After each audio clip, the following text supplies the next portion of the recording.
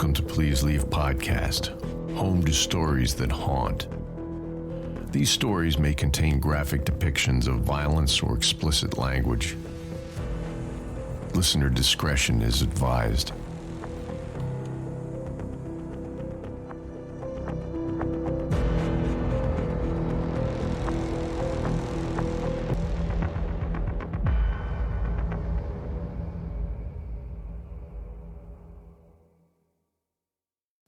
My brother Brian hasn't been the same since the transplant. We knew there would be complications or side effects, and the words graft and host disease were completely forbidden in my parents' house leading up to the procedure. But whatever is happening to my brother is not just an adverse reaction. This isn't an infection. It feels like an infestation. Brian needed the stem cell transplant after his kidneys started failing as a complication of the diabetes he was diagnosed with when he was just 8 years old. When I turned 8, I got horseback riding lessons, and when Brian turned 8, he got a scan of his faulty pancreas followed by a lifetime of injections and sugar restriction. Honest to God, though, he seemed to take it as a challenge and decided to be better, smarter, faster, and stronger than the rest of us, which he succeeded in becoming. If there was an award to win, he won it. And he seemed to soar through college and grad school and straight into a coveted internship at Goldman Sachs. It felt like we blinked and he was making six figures. Then he blinked again, and he was asking me for my stem cells to reverse the damage to his kidneys. Of course, I agreed without hesitation. Even though I was the older sibling, I loved my brother to the point of near worship, and we were all excited for him to move through the blip in his swift trajectory and get back on track as fast as he could to conquering whichever exceedingly challenging task he decided to take on next. But then our bold, beautiful Brian went into the facility to receive the treatment, and someone completely unknown to us emerged. They say the first 100 days after the transplant are the danger zone. Complications can arise after that, but the first 3 months are the time to take the greatest precautions because, well, you basically have the immune system of a newborn baby. The doctor actually said happy birthday to Brian as he walked in for his first examination after the procedure, but my brother just blinked in response. That same doctor had been joking with Brian for weeks, and they'd fallen into such a perfect rhythm with their quips and comebacks that I was tempted to tell them to take it on the road. The Brian from before would have launched back something clever, like a request to reverse his hairline along with his immune system. But the new Brian just stared. My brother's gaze made the doctor so uncomfortable that he simply cleared his throat, placed his clipboard on the counter with a clatter, and left the room without completing any portion of the examination. You really know how to clear a room, I joked, weakly, in an attempt to salvage the mood that the doctor had tried and failed to set. Brian turned his head toward me so slowly, I could have heard each of the tendons in his neck engage if I'd listened closely enough. And once his eyes were locked on mine, he started the equally slow process of unhinging his jaw to say something to me. Just before the words could start their crawl from the back of his throat, our mother burst into the room and immediately employed her high-octane brand of nurturing. I decided to clear the room before I got caught in the crossfire and suffered a rash from a vigorous sponge bath or whatever my mother decided would be the best next steps in my brother's recovery, despite her complete lack of knowledge on the subject. I think he's still pretty out of it, I explained during our brief but bullish hug. Mummy'll get him feeling better in no time, right, my peach? She gazed at Brian with enough adoration to suffocate even the neediest orphan, and I bristled at the weird infantilization of my fully grown brother. I'm going to get some coffee. Want anything? I didn't slow down as I asked because my mother loved to pretend to never want for a single thing in life. as if there was some special place in heaven for women who lived in a perpetual state of forfeiting any potential pleasure, no matter how small. I practically mouthed the word, "No, darling, I'm just fine," as they came out of her mouth, and as I brushed by Brian, his arm shot out with startling speed as he grabbed my wrist with an astonishing amount of strength considering his near-comatose state. "Jesus, bro," I cried as I wrenched my wrist from his grip. "If you want a coffee, you just have to ask." Ouch! I babied my wrist for a second, and as I mourned the fact that I wasn't going to make it out of the room without a rash after all, Brian's head whipped towards me as quickly as his arm had shot out, and there was a strange sort of burning in his eyes.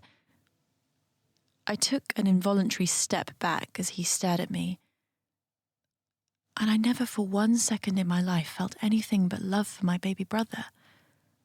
But in that moment, the look on his face took my breath away.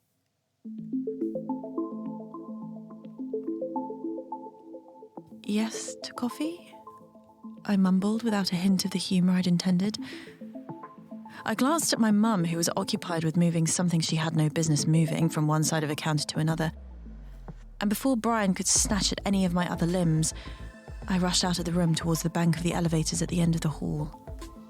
Brian remained in his wide-eyed, weird state for the next couple of days, and by the time I had returned to work, he had only just barely started speaking in low and almost incomprehensible mumbles. The doctor reassured us that it's normal to be lethargic for the first couple of days after the procedure, but I took note that he also never looked directly at my brother and only stepped fully into the room when he absolutely had to. I lived far enough away that I wouldn't be able to visit again for a couple of weeks, and I kept in touch with my mum every 2 or 3 days, but she mostly just babbled incoherently about some gossip she'd involved herself in during her many visits to the nurses' station. It wasn't until almost 3 weeks after the transplant that I heard the first sign in her voice that something was wrong. "Oh, hello, my dove," my mother trilled as she answered my call. I buried the urge to call out the roulette wheel of pet names she had been experimenting with since I'd offhandedly mentioned once that she wasn't a mummy kind of mum several years previous, and simply asked, "How's he doing, Mum?" "Well," she responded, followed by the longest stretch of silence I'd heard out of her in years. "Mum," I asked with more urgency, "is everything okay?" "Oh, yes!" She cut in, and her trademark aggressive optimism came thundering back. "Everything is just fine, dear. It's just, we've had a couple of hard days." I could hear the clatter of heavy glass and metal in the background as she started to rearrange something to relieve her nerves, and I knew something was very wrong. She was a compulsive tinkerer, but there was an urgency in the sound of the objects as she moved them, and I hadn't heard her voice falter since her father had died 15 years before. "Okay, Mum, I'll come up tomorrow," I said resolutely, and did some mental juggling of my schedule to figure out how I could make the promise work. "Oh, no, sweetie, no need. Next week is just fine." Her voice was distracted and ringed with a thin fear. "It's totally fine, Mum." I took a deep breath and lied. "They don't need me at the presentation tomorrow, and the thing this weekend is no big deal." I silently lamented the string of social activities I'd been very much looking forward to over the weekend, and finished by saying, "So I'll head out first thing in the morning. I should be there by late afternoon." "You're such an angel," Mum replied flatly, and it was clear that something was definitely distracting her. "You sure you're okay, Mum?" I asked for the second time. "Should we call Dad?" "God, no!" she nearly shouted, and the life rushed back into her voice. "Don't you dare bother your father. He's a very busy man, and Brian and I are just fine. Nothing to worry about." My father was the opposite of a busy man.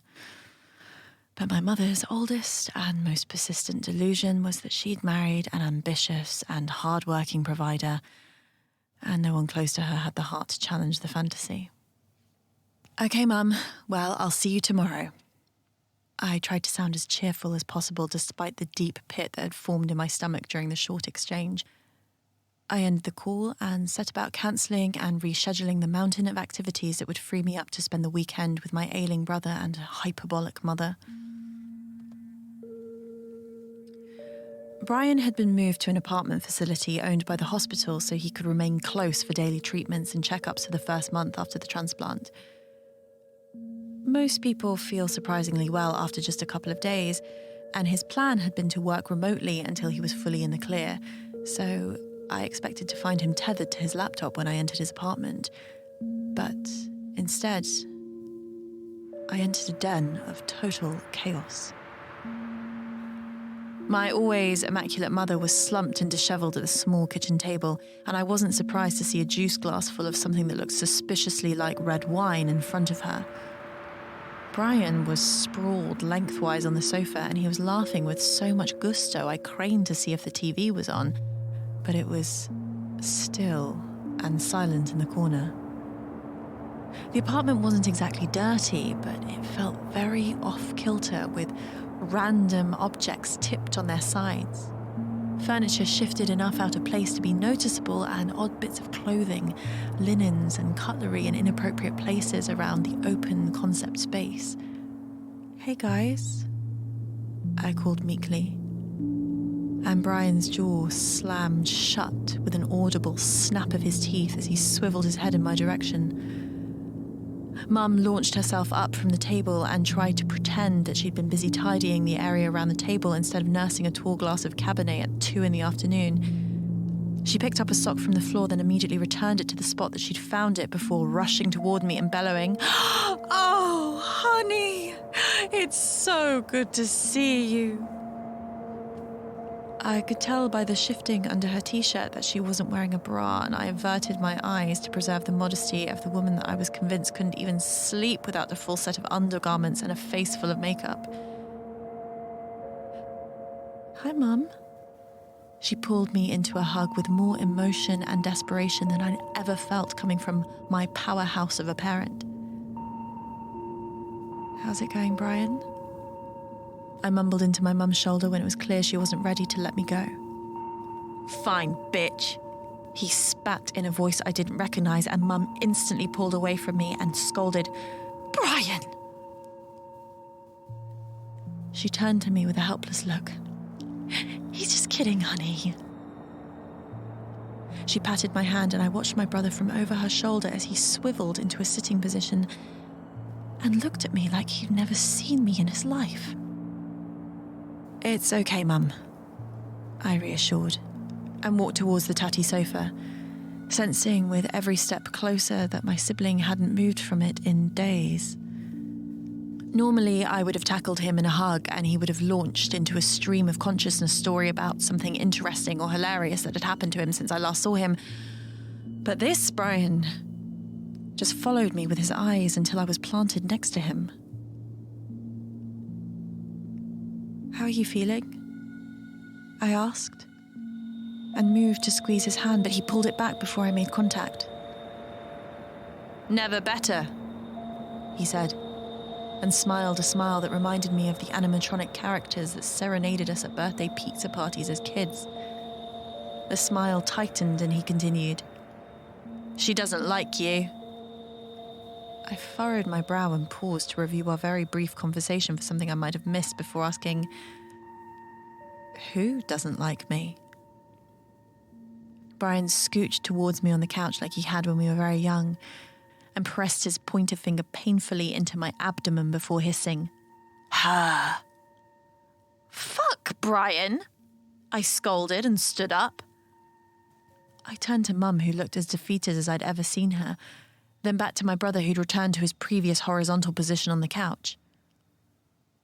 "Mum, can you help me get something out of the car?" I lied, and her eyes lit up at the opportunity to leave the apartment, if only for a moment. Once we were safely out of earshot, I whispered, "What the fuck is wrong with Brian?" I could see her start to react to my foul language, then shift gears as she remembered we had much bigger fish to fry. "I think he's just a little tired." I gave her a look that meant I knew she was lying, and she dropped her eyes for a moment before correcting and continuing. I honestly don't know.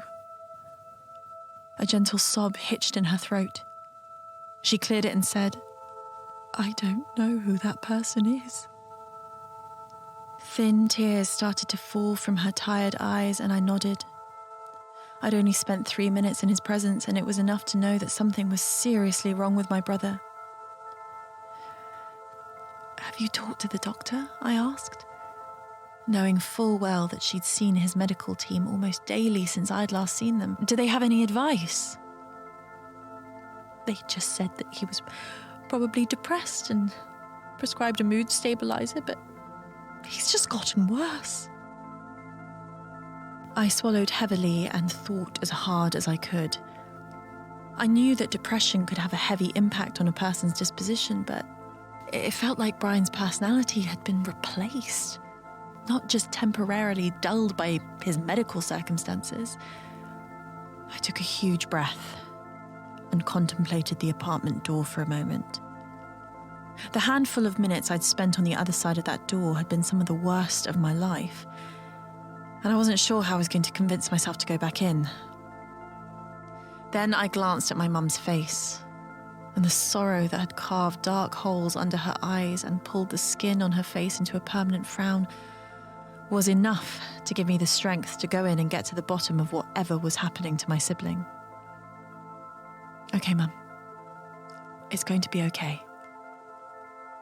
Her eyes brightened at my words, and I raised my voice to convince us both that what I was saying was true. I'll do some research tonight and see if this has happened to other people who have had the transplant. Then I'll call the doctor first thing tomorrow to see what our options are. Okay, sweetie. Thank you so much. Mum's eyes glistened again, and I put an arm around her shoulder as we re-entered the darkness of the temporary housing and left the sun to shine on families more fortunate than ours had suddenly become. When we walked through the door, I could see Brian standing in the kitchen with his back to us. The air was thick with smoke and the smell of frying meat, and Mum rushed to the stove to turn on the exhaust fan to try and tame it. What you making, bro? I asked, trying to keep my voice light.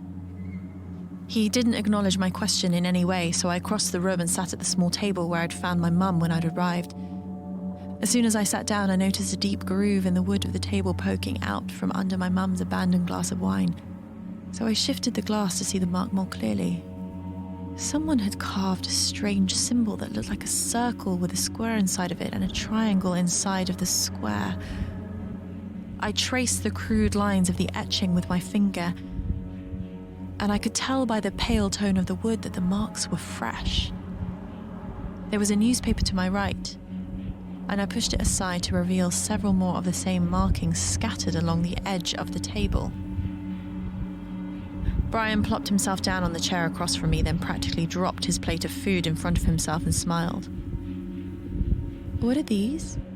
I indicated the cuts in the table, and my brother just shrugged and started cutting meat in front of him and shoveling it into his mouth. I looked down and was startled to see 6 or 7 hot dogs on the plate right in front of him, and watched in awe as 2 of them disappeared into his mouth, almost as if by magic. Hot dogs? I asked, genuinely confused. We had both been vegetarians since we'd spent a well-intentioned but ultimately very traumatizing 2 weeks on our aunt's cattle farm as teenagers, and beyond that, Brian wouldn't normally be caught dead putting something processed in his body. I always wanted to try these, he explained, and another thin tube of meat vanished into his face. I shuddered and pushed back from the table to find our mother, who had disappeared as soon as we were back in the apartment. The summery afternoon sun beckoned me from behind the heavy industrial blinds as I left the living room, and I had to swallow the increasing urge to relinquish my promise and abandon my family for weekend plans that didn't include demented replies from my beloved brother. I found my mum hunched in the corner of one of the bedrooms and could see that she was slowly gathering something in the dim light that seeped through the one foggy window. As I flipped the switch to illuminate her, she let out a little yelp of surprise and dropped the scraps of paper she'd been collecting when I entered. Turn off the light! She scolded and quickly bent to scoop up the bits she dropped. It's basically pitch black in here, I protested, and crossed the room to help her finish cleaning up. He doesn't like it, she whispered once I was close enough to hear. The light. He doesn't like it. She glanced towards the kitchen where I'd left my brother, then back to the fragments in her hands. I picked up a larger scrap to study and was stunned to see a portion of my face from when I was much, much younger staring back at me. I sifted through the rest of the scraps on the ground and caught glimpses of my mum on our family camping trip when I was 12, and Brian after his first soccer tournament. I looked at my mum for an explanation and she sighed heavily before explaining, one of the things that Brian and I had planned to do while he recovered was to put together a scrapbook for your grandmother. She sighed again, and we both thought of my father's mother who had been so alive and vibrant when she was younger, but was quickly slipping away from us as dementia took hold of her once brilliant brain. Her doctors said it might help keep her memory intact, at least of us, and Brian had been so excited to revisit these old photos when I brought it up. She glanced towards the other room again. But this Brian, well... She trailed off and held up the tiny, torn remnants of our family memories to represent the rest of her thought. Brian would never do that, I protested, and dropped a handful in the trash can beside the bed. Well, I certainly didn't do it. My mum's voice jumped several octaves and I reached out a hand to steady her. Of course you didn't. I collected my thoughts for a moment, then asked, has it been this bad the whole time? She nodded, then looked up and locked eyes with me. I'm scared, she admitted, then lowered her voice to above just a whisper. I'm really, really scared. This, she waved her hand towards the area that we'd last heard Brian. This is not good. It's really not good. Has he hurt you? I asked urgently, and my back reflexively stiffened. She shook her head but cast her eyes towards the floor. Mum, has he hurt you? Her eyes met mine again and she managed to croak a weak, no. But the way I feel when I'm around him is much worse than if he did. I look at him and I feel no hope. She swiped at her face and struggled to her feet. A long strand of loose hair fell across her forehead and she let it lay there as she sat heavily on the bed next to her. I think I'll lie down for a while if that's all right. She rolled onto her side before I could respond and curled her legs in front of her without removing her shoes, then wrapped her arms around her knees and snuggled into a fetal position. No problem, Mum. You deserve some rest. I found a blanket to cover her with, and she murmured thanks as I left the room. It's so nice to have you here, I heard her say as I gently closed the door. I don't think he'll hurt me if you're here. When I re-entered the living room, Brian was back in the position on the couch that I'd found him in when I'd arrived just a couple of short hours before, and he'd resumed his guttural laughing at nothing and no one. I was so unsettled, but with no other plan for how to pass the afternoon, I retrieved my backpack and decided to do a little work at the kitchen table.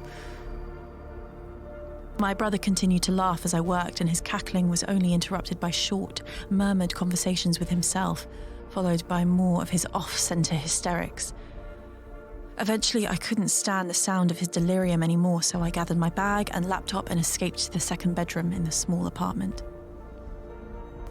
The bedroom was even darker than the rest of the rooms, so I was very tempted to turn on the light. But my brain prickled with my mum's previous warning. So I left the room dark, despite my growing longing to be free of these walls and the swelling pressure caused by the lack of light. I situated myself on the bed with my computer on my lap and got back to work as my brother continued to openly amuse himself on the other side of the wall.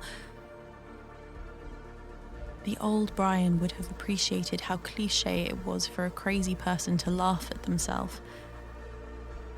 And I missed him so much in that moment. It was physically painful. I decided I'd order a Thai feast for dinner to lighten the mood, as it had always been a family favourite. Then, popped in my earbuds to drown out my brother's maddening giggling and my mother's tortured snoring, and got back to work.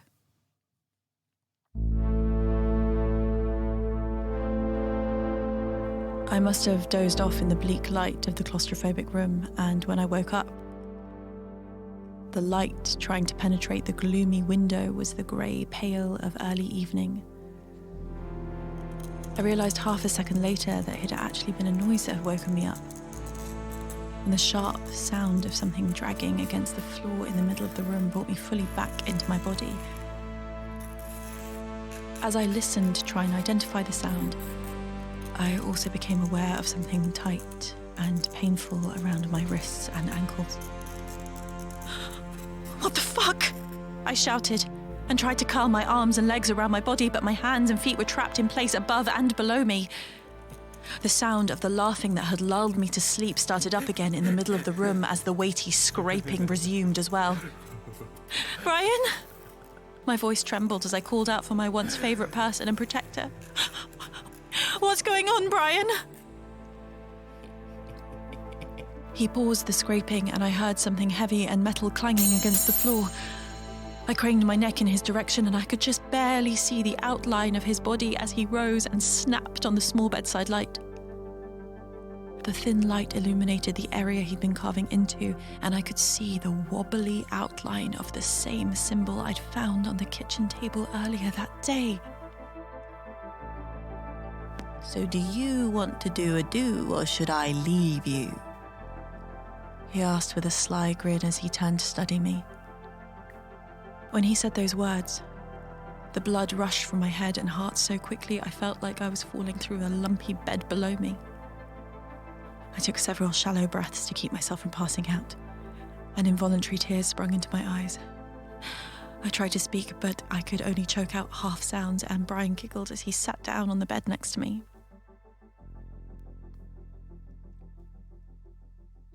"Sarah?"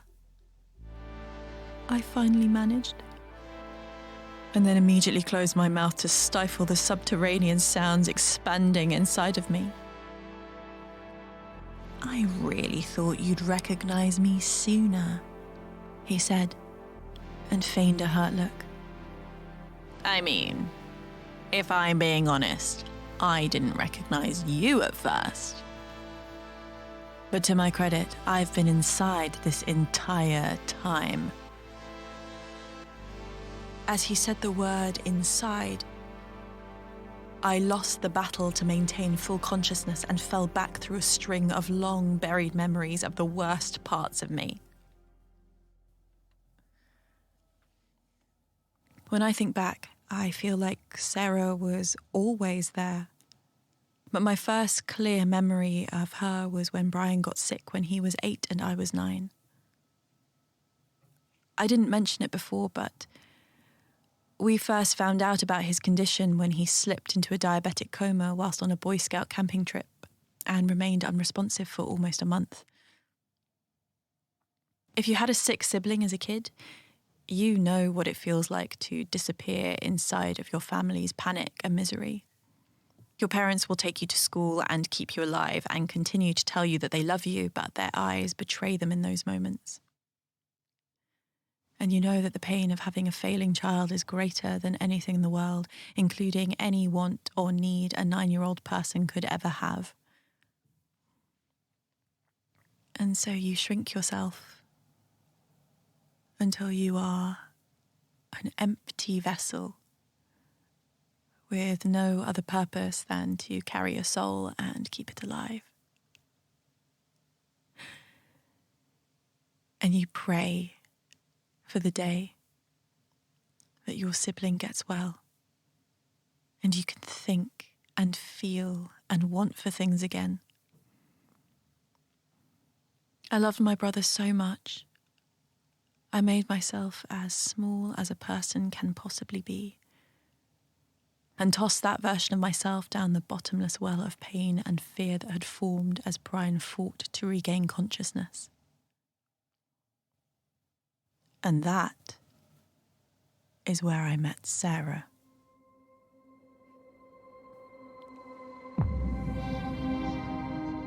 Sarah was funny and fun. And most importantly, she was strong. Even if Brian hadn't gotten sick, I think I would have embraced Sarah's toughness because I was so soft in comparison.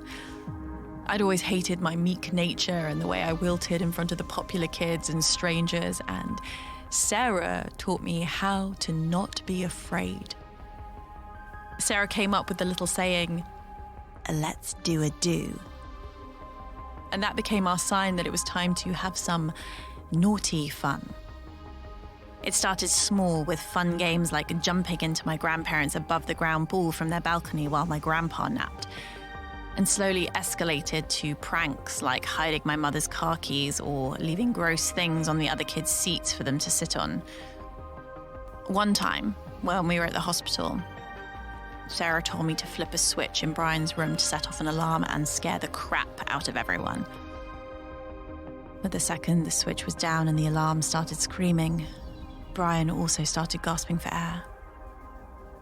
Sarah swore she didn't know the switch was going to do that, but our pranks got a lot darker after that. We set David Jacobson's hamster loose when we went inside to pee at his birthday party. We cut off one of Daisy Leffert's ponytails when she dozed off on a school trip.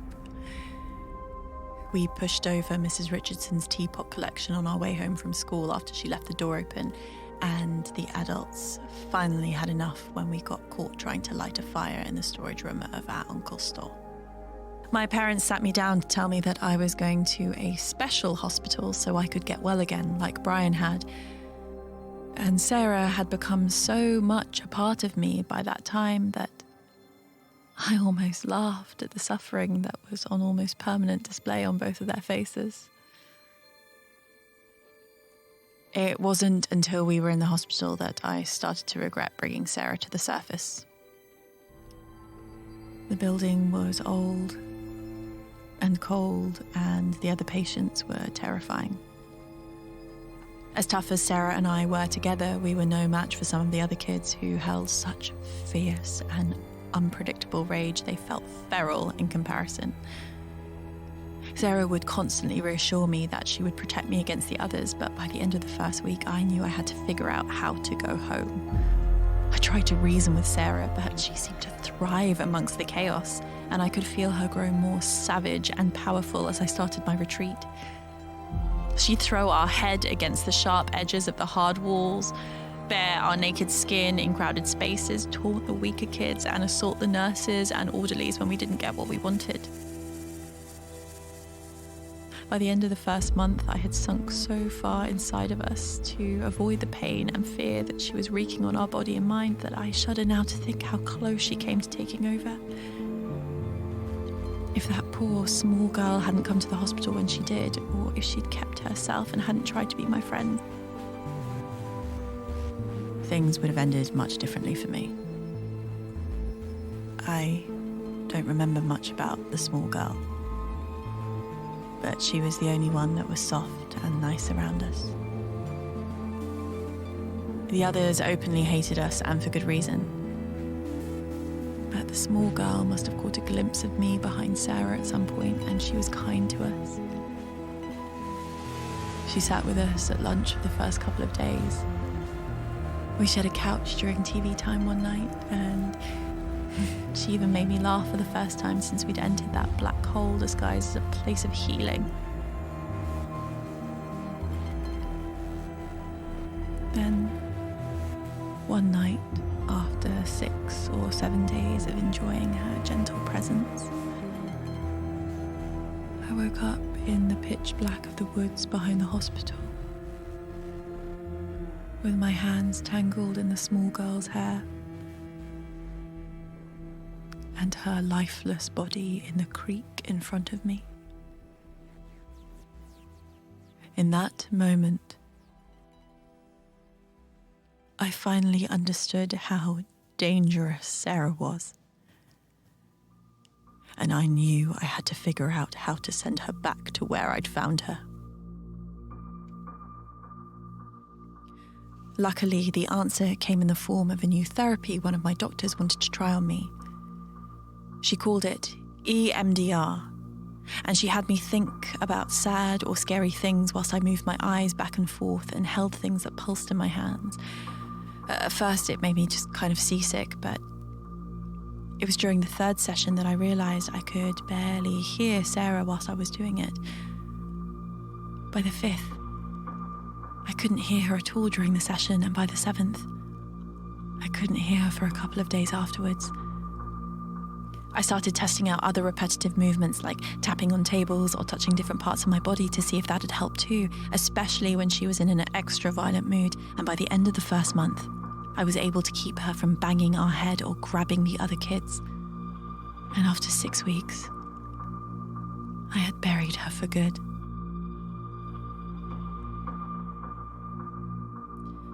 The doctors took my constant tapping as symptoms of OCD and told my parents that my violent outbursts had likely been a physical manifestation of my intrusive thoughts brought on by the trauma of almost losing my brother. They sent me home with an OCD diagnosis and a mild Zoloft prescription. And over the years, I learnt to hide the taps well enough that everyone assumed I'd aged out of the condition. The truth was, though, that my day was filled with the tiny taps and repetitions I taught myself 20 years before to keep Sarah buried. But then there she was, staring down at my bound body from behind my brother's eyes. The only good thing about being that deep for so long, she began, and sat down next to me with a heavy thud, is that you learn so much about the other side.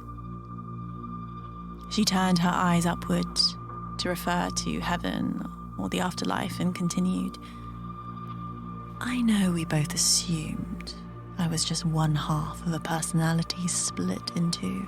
I was the dark half, of course. But it turns out that I'm a whole other soul. She stroked my hair with actual tenderness for a moment, and I studied her eyes for any signs of my brother. This is bullshit, Brian, I scolded. It's not fucking funny. I know that you know about that time in my life, and it's fucked up for you to bring this up now. Just because you're sick again, it doesn't mean that I have to be too. Oh, you wish, Sarah's voice said through Brian's mouth. You wish this was just that. She stood up and walked across the room to retrieve the knife she'd been carving with when I woke up. Turns out that sometimes there's a bit of a clerical error, and two souls show up at the same time, and they don't realize until it's too late.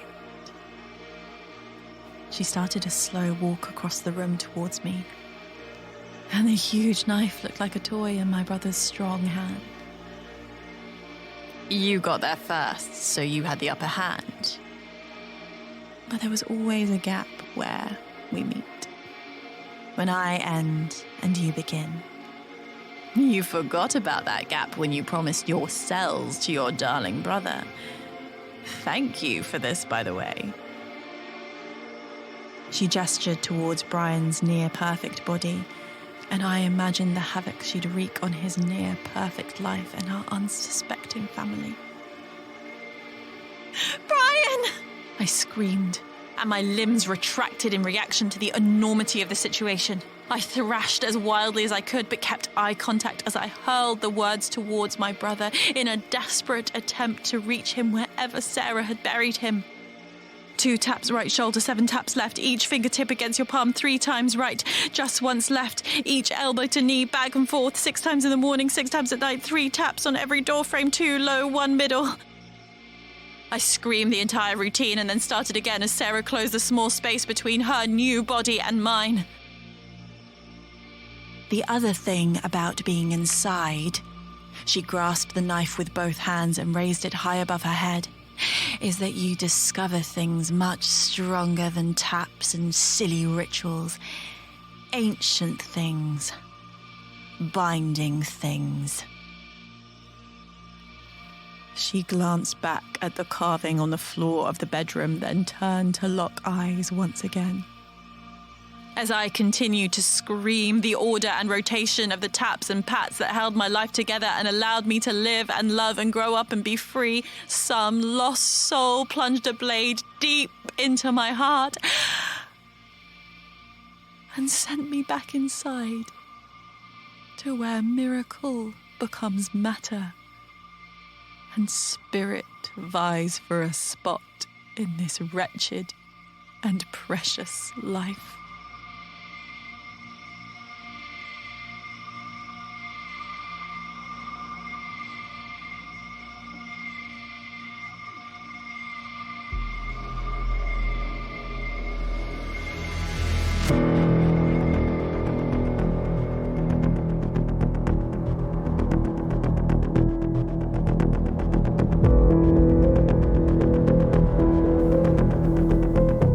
This story was written by Courtney Eck and narrated by Miztli Rose Neville.